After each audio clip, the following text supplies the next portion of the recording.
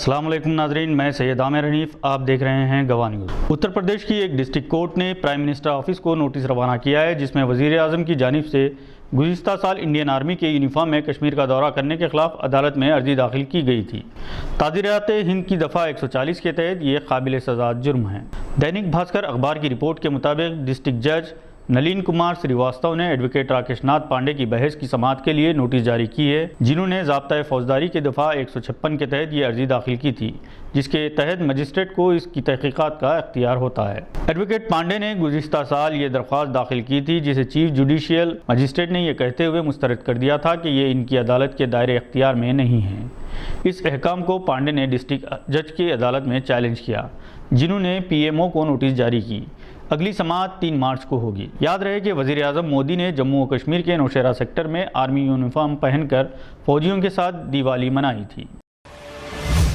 कुल हिंद मजलिस इत्तेहादुल मुस्लिमीन ने उत्तर प्रदेश इंतखाबात के लिए उम्मीदवारों की 9वीं फहरिस्त जारी कर दी है, जिसमें 2 गैर मुस्लिम उम्मीदवारों के बशुमाल 9 उम्मीदवारों के नामों का ऐलान किया गया है। जनाब शौकत अली सदर उत्तर प्रदेश मजलिस यूनिट ने 9 उम्मीदवारों की 9वीं फहरिस्त जारी की है।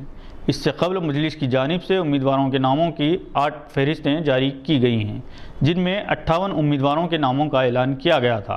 मजलिस के टिकट पर इंतखाबात में हिस्सा लेने वाले उम्मीदवारों में 11 गैर मुस्लिम शामिल है। इस तरह अब तक मजलिस ने 9 फहरिस्त जारी करते हुए 67 उम्मीदवारों के नामों का ऐलान किया है।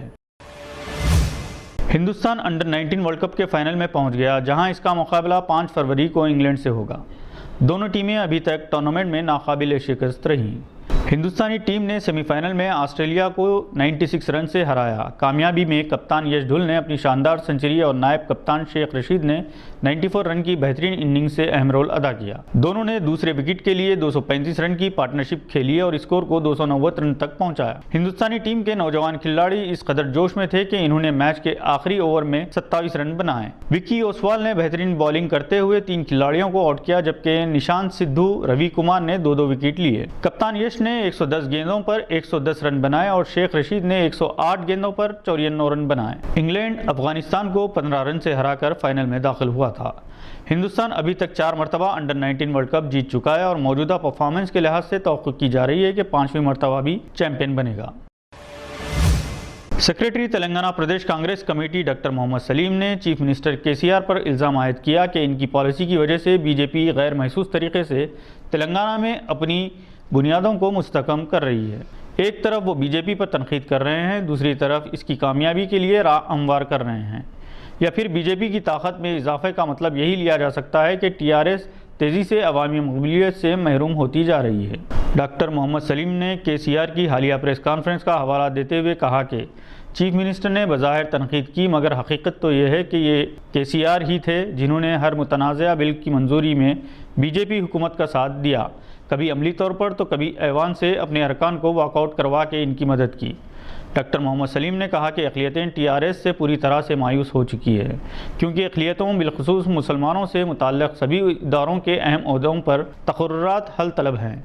उर्दू असातिज़ा के तक़र्रुरात ज़ेर इल्तिवा हैं। इन्होंने दलित बंधु की तरह मुस्लिम बंधु स्कीम को रोशनास करवा के इस पर अमल करने की ज़रूरत पर जोर दिया। इन्होंने तेलंगाना के अवाम से अपील की कि वो अगले इलेक्शन से पहले चीफ मिनिस्टर को इनके वादों की तकमील के लिए मजबूर करें और इनका मुहासबा करवाएं। आज के बुलेटिन में बस इतना ही। उम्मीद है कि आपने हमारे चैनल को सब्सक्राइब कर लिया होगा। बेल आइकॉन दबाना ना भूलें। खुदा हाफिज़।